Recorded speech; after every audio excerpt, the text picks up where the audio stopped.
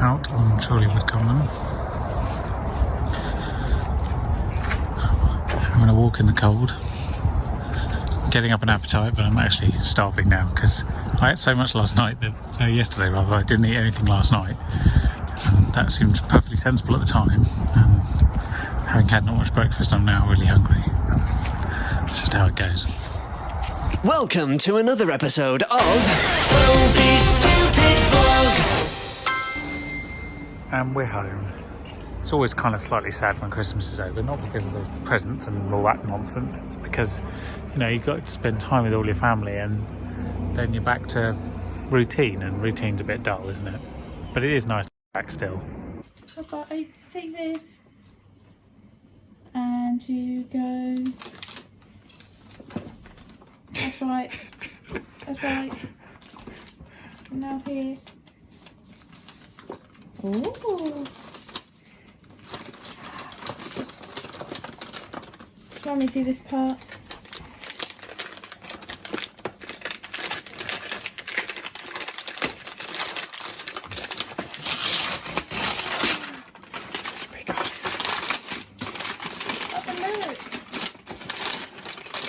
I'm going to open this a bit more.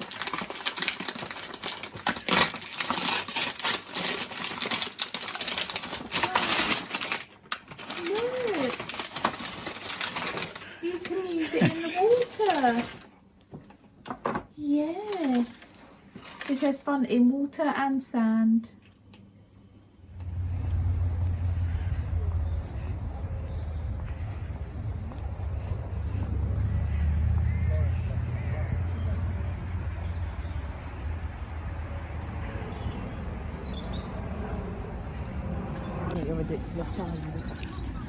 There we go. The only person that refuses to drink while stationary that I'm aware of. The mobile fruit feed. Yes. Basking in the sunshine. I'm just walking home. The girls are taking the bus. But I haven't done much exercise, so I just feel like I need to do some strolling. And it's a nice evening. I say it's evening, it's not 4 o'clock yet, but you know, winter and that. Anyhow, so this is the last week of 2019. It actually concludes on Tuesday night, the grand finale. Wednesday being New Year's Day, means I will be working up in town at the New Year's Day parade. And if it's anything like today, I've got to remember to dress a bit warmer than I currently am. So this is a useful exercise.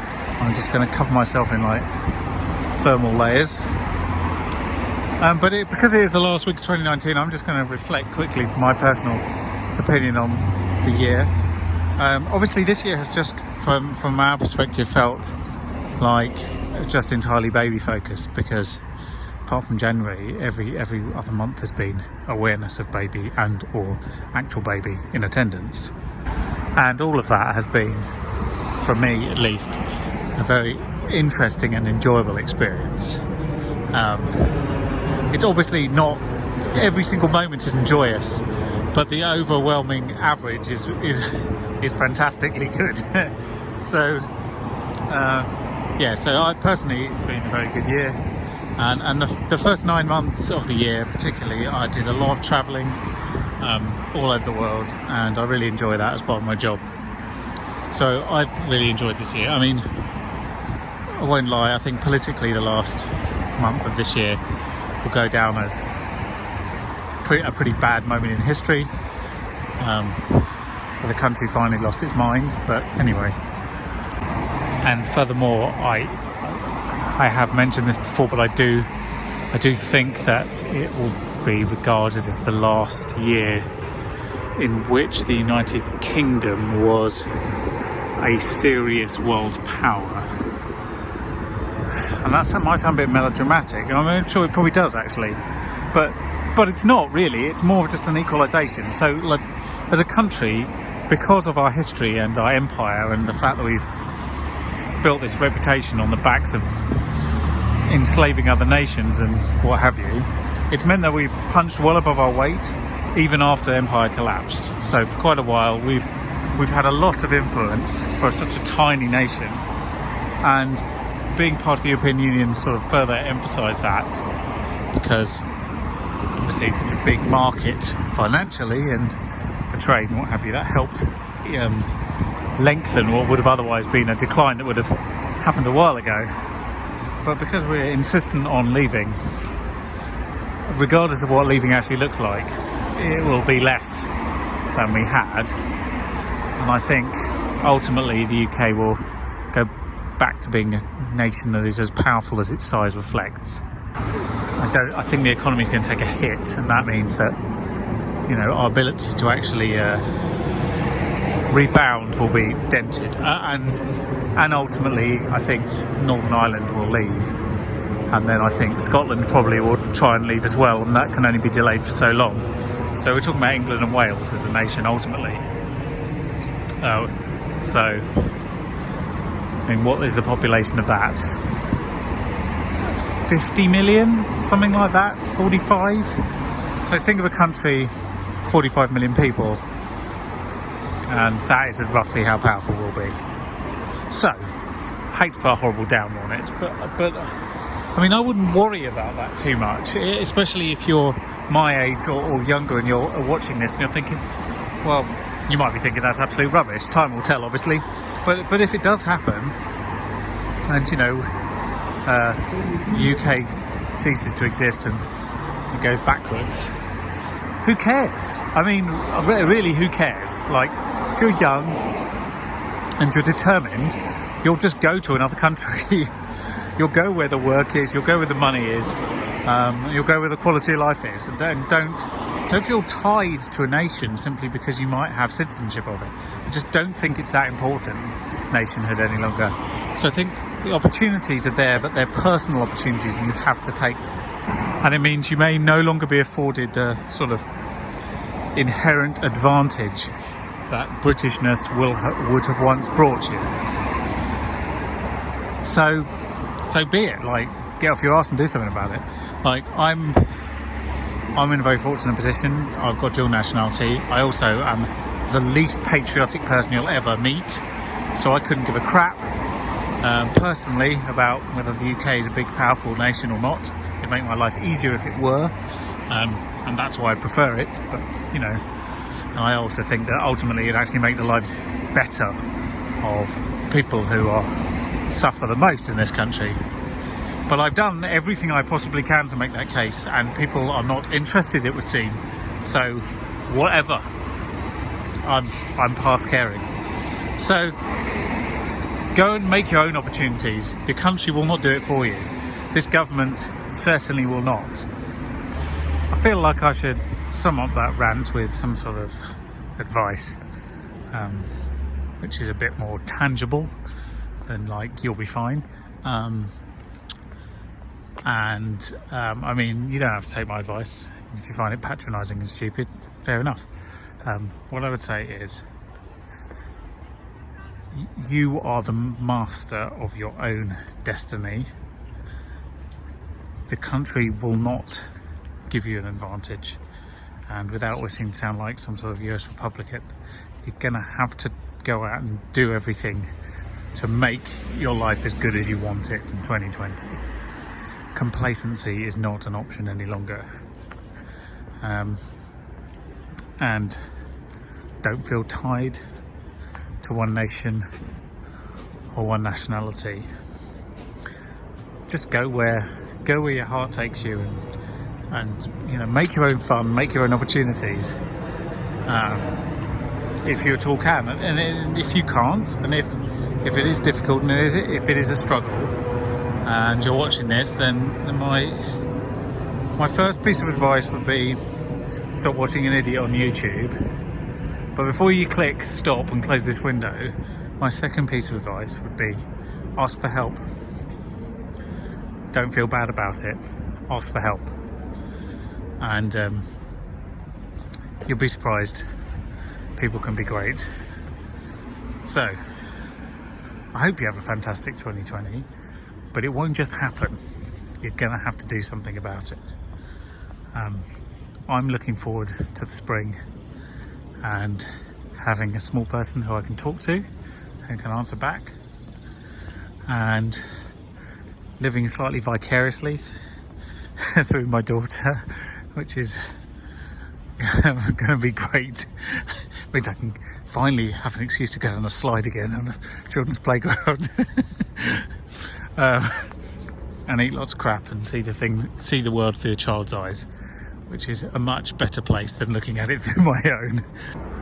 And one final point, because we no longer have a compassionate government, and I say no longer, maybe it's been a long time coming, but because we have a government that is slightly obsessed with pushing a right-wing agenda, that is going to increase the level of general hate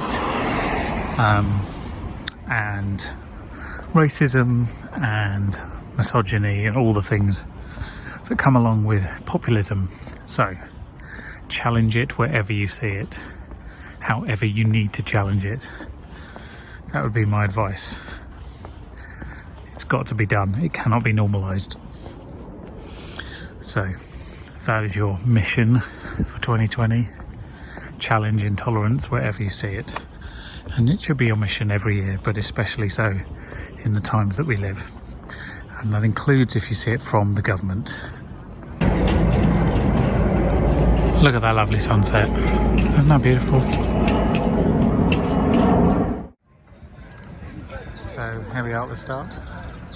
I feel like my lens is dirty. Just give it a clean. No, it doesn't make a lot of difference. Anyway, there we go. It's the giant start.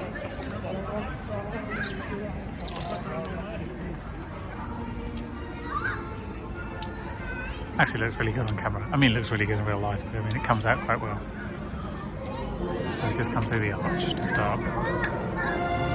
There's going to be a lot of lights, but it's worth it because it looks great. And by the time you see this, Christmas queue will be long over. So just take this as a reason why you might want to come next year.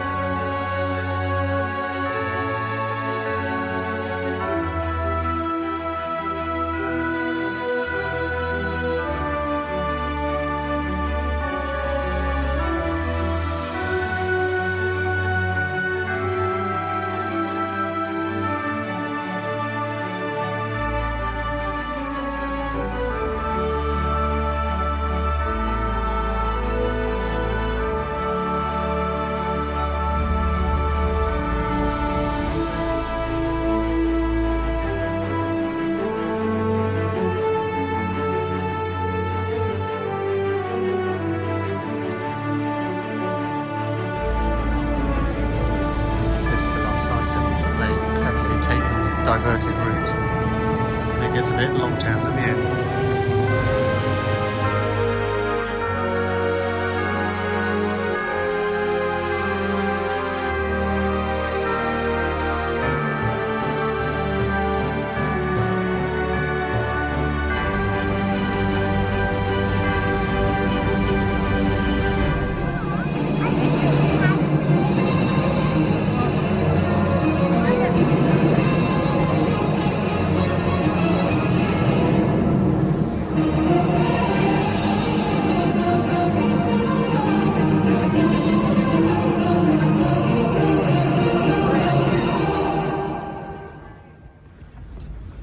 Good morning.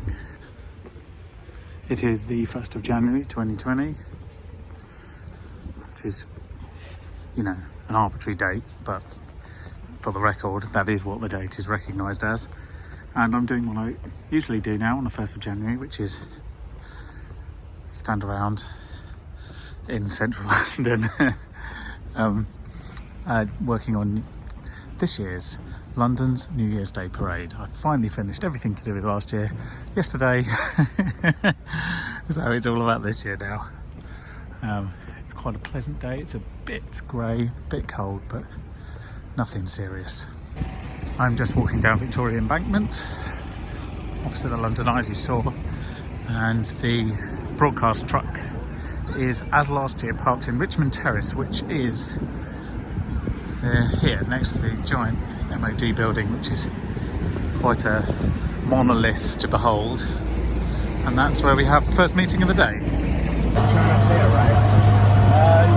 Yes, you've got to turn right. It's open, isn't it? Yeah. This is the outdoor. How's it looking here? Is it good? Yeah, I think it's really good. Careful, I'm an American.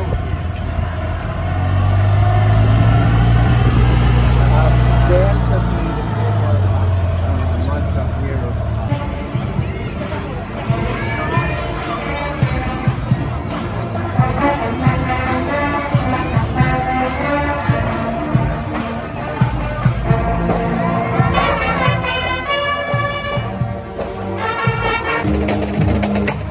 There we go, the sight.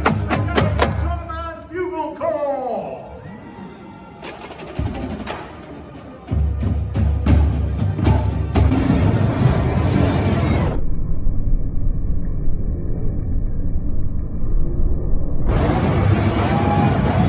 Now coming through the start line, the